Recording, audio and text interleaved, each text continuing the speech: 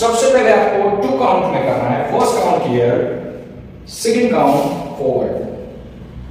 यही सेम चीज आपको बैक जाना है। फर्स्ट काउंट दोनों पैर साथ में, same way back, right? H knee, H knee.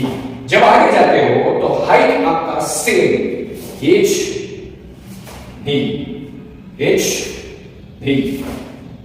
यही चीज आपका single count, H knee, H knee. एक बार राइट, एक बार लेफ्ट। इसी चीज को थोड़ा सा फास्ट कीजिए। एच, पुश, नी। यहां से इसको ड्रॉप किया, आगे push, H and back, H